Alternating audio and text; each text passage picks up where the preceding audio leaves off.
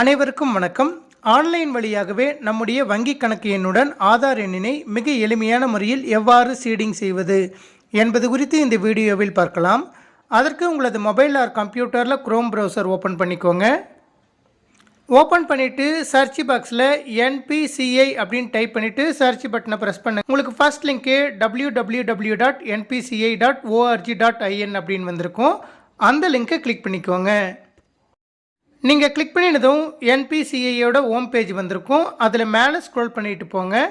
மேலே ஸ்க்ரோல் பண்ணிட்டு போனதும் கன்சியூமர் அப்படின்னு கொடுத்துட்டு ஒரு ப்ளஸ் சிம்பிள் கொடுத்துருப்பாங்க.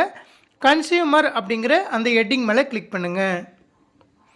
கிளிக் பண்ணினதும் உங்களுக்கு அதில் பாரத் ஆதார் சீடிங் எனேபிளர் அப்படின்னு ஒரு ஹெட்டிங் கொடுத்துருப்பாங்க. அந்த ஹெட்டிங்கை கிளிக் பண்ணுங்கள். நீங்கள் கிளிக் பண்ணினதும் NPCI ஹோம் அப்படின்னு வந்துட்டு அதற்கு கீழே ஆதார் சீடிங் பார் டி சீடிங் அப்படின்னு ஒரு ஹெட்டிங் கொடுத்துருப்பாங்க. அந்த ஹெட்டிங்கை கிளிக் பண்ணுங்கள். கிளிக் பண்ணினதும் ரெக்வெஸ்ட் ஃபார் ஆதார் சீடிங் அப்படின்னு கொடுத்துட்டு அதற்கு கீழே என்டர் யுவர் ஆதார் அப்படின்னு கொடுத்துருப்பாங்க. அந்த இடத்துல உங்களுடைய 12 இலக்க ஆதார் எண்ணை டைப் பண்ணிக்கோங்க. டைப் பண்ணி முடிச்சதுக்கப்புறம் ரெக்வெஸ்ட் ஃபார் ஆதார் அப்படின்னு கொடுத்துட்டு அதற்கு கீழே சீடிங் டி சீடிங் அப்படின்னு ஒரு 2 ஆப்ஷன் கொடுத்துருப்பாங்க. அதில் சீடிங் அப்படிங்கிற ஆப்ஷனை டிக் பண்ணிக்கோங்க. அதன் பிறகு செலக்ட் யுவர் பேங்க் அப்படின்னு கொடுத்துட்டு அதற்கு கீழே ஒரு டவுன் ஏரோ கொடுத்துருப்பாங்க. அதை கிளிக் பண்ணிவிட்டு எந்த பேங்க் எண்ணோட நீங்கள் உங்களுடைய ஆதார் எண்ணை சீட் பண்ணணுமோ அந்த பேங்க் நேமை செலக்ட் பண்ணிக்கோங்க.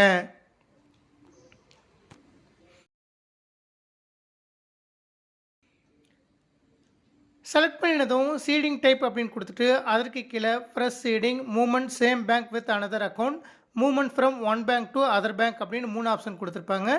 நீங்கள் முதலாக உங்களுடைய வங்கி கணக்கு எண்ணுடன் ஆதார் எண்ணை சீடிங் செய்வதாக இருந்தால் ஃப்ரெஷ் சீடிங் அப்படிங்கிற ஆப்ஷனை செலக்ட் பண்ணிக்கோங்க. செலக்ட் பண்ணிவிட்டு மேலே ஸ்க்ரோல் பண்ணிவிட்டு போனீங்கன்னா அக்கௌண்ட் நம்பர் அப்படின்னு கேட்கும். அந்த இடத்துல உங்களுடைய வங்கி கணக்கு எண்ணை டைப் பண்ணிக்கோங்க. டைப் பண்ணி முடிச்சதுக்கப்புறம் கன்ஃபார்ம் அக்கௌண்ட் நம்பர் அப்படின்னு கேட்கும். அந்த இடத்துலையும் அதே அக்கௌண்ட் எண்ணை தவறில்லாமல் டைப் பண்ணிக்கோங்க. டைப் பண்ணி முடிச்சதுக்கப்புறம் அதற்கு கீழே by submitting my Aadhaar number அப்படின்னு கொடுத்துட்டு ஒரு செக் பாக்ஸ் கொடுத்துருக்காங்க. அதை டிக் பண்ணிக்கோங்க. டிக் பண்ணிவிட்டு மேலே ஸ்க்ரோல் பண்ணிவிட்டு போனீங்கன்னா என்டர் எபோவ் கேப்சா அப்படின்னு கொடுத்துட்டு ஒரு 6 கேரக்டர்ஸ் கொடுத்துருப்பாங்க. அதை தவறில்லாமல் டைப் பண்ணிக்கோங்க. டைப் பண்ணி முடிச்சதுக்கப்புறம் சப்மிட் அப்படிங்கிற க்ரீன் கலர் பட்டனை கிளிக் பண்ணுங்கள். கிளிக் பண்ணினதும் டேர்ம்ஸ் அண்ட் கண்டிஷன்ஸ் அப்படின்னு கொடுத்துருப்பாங்க. அதை மேலே ஸ்க்ரோல் பண்ணிகிட்டே போங்க. நீங்கள் மேலே ஸ்க்ரோல் பண்ணிகிட்டே போனீங்கன்னா லாஸ்ட்டாக அக்ரி அண்ட் கண்டினியூ அப்படின்னு க்ரீன் கலரில் ஒரு பட்டன் கொடுத்துருப்பாங்க. அதை கிளிக் பண்ணுங்கள். கிளிக் பண்ணினதும் ஆதார் 6 டிஜிட் OTP அப்படின்னு கொடுத்துட்டு உங்களுடைய ஆதார் நம்பர் கூட என்ன மொபைல் நம்பர் லிங்க் பண்ணியிருக்கீங்களோ அந்த மொபைல் எண்ணிற்கு வரக்கூடிய 6 இலக்க OTP எண்ணை டைப் பண்ணிக்கோங்க. டைப் பண்ணி முடிச்சதுக்கப்புறம் கன்ஃபார்ம் அப்படிங்கிற க்ரீன் கலர் பட்டனை கிளிக் பண்ணுங்கள். கிளிக் பண்ணிவிட்டு கொஞ்சம் நேரம் வெயிட் பண்ணுங்கள். Press okay to initiate request to Canara Bank அப்படின்னு கேட்குது. கன்ஃபார்ம் கொடுத்துக்கிறேன். கன்ஃபார்ம் கொடுத்ததும் Aadhaar seeding is in pending status அப்படின்னு கொடுத்துட்டு kindly check after some time அப்படின்னு கொடுத்துருக்காங்க. யுவர் ரெஃபரன்ஸ் நம்பர் அப்படின்னு கொடுத்துட்டு சீடிங் அந்த ரெஃபரன்ஸ் நம்பரை கொடுத்துருக்காங்க. கொஞ்சம் நேரம் அப்படியே வெயிட் பண்ணுங்கள். நீங்கள் வெயிட் பண்ணிங்கன்னா கொஞ்சம் நேரத்தில் ஆதார் சீடிங் அப்படின்னு வந்துட்டு ஸ்டேட்டஸ் அப்படிங்கிற இடத்துல சக்ஸஸ் அப்படின்னு வந்திருக்கு. அதே போல் ரிசல்ட் அப்படிங்கிற இடத்துல இவர் ஆதார் நம்பர் அப்படின்னு கொடுத்துட்டு Aadhaar number successfully seeded to Canara bank account அப்படின்னு கொடுத்துட்டு நான் கனரா பேங்க் அக்கௌண்ட் கூட லிங்க் பண்ணியிருக்கனால அந்த மெசேஜ் வந்திருக்கு. அதே போல் உங்களுக்கு ஒரு டெக்ஸ்ட் மெசேஜும் வரும். அதை வியூ பண்ணி பார்ப்பதற்கு உங்களுடைய இன்பாக்ஸ் ஓப்பன் பண்ணிக்கோங்க.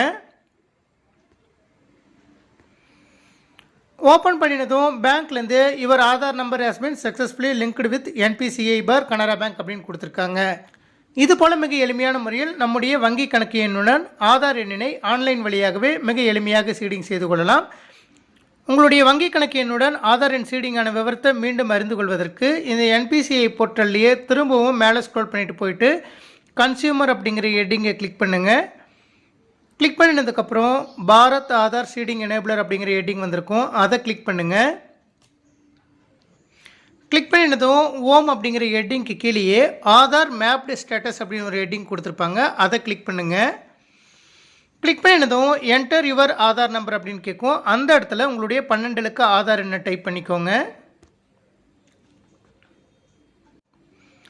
டைப் பண்ணி முடிச்சதுக்கப்புறம் கீழே கொடுத்துருக்கக்கூடிய அந்த கேப்சா நம்பரை தவறில்லாமல் டைப் பண்ணிக்கோங்க.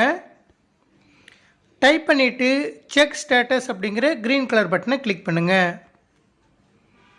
கிளிக் பண்ணினதும் திரும்பவும் உங்களுடைய ஆதார் எண் லிங்க் பண்ணியிருக்கக்கூடிய மொபைல் நம்பருக்கு வரக்கூடிய அந்த 6 இலக்க ஓடிபி எண்ணை டைப் பண்ணிக்கோங்க. டைப் பண்ணி முடிச்சதுக்கப்புறம் கன்ஃபார்ம் அப்படிங்கிற க்ரீன் கலர் பட்டனை கிளிக் பண்ணுங்கள்.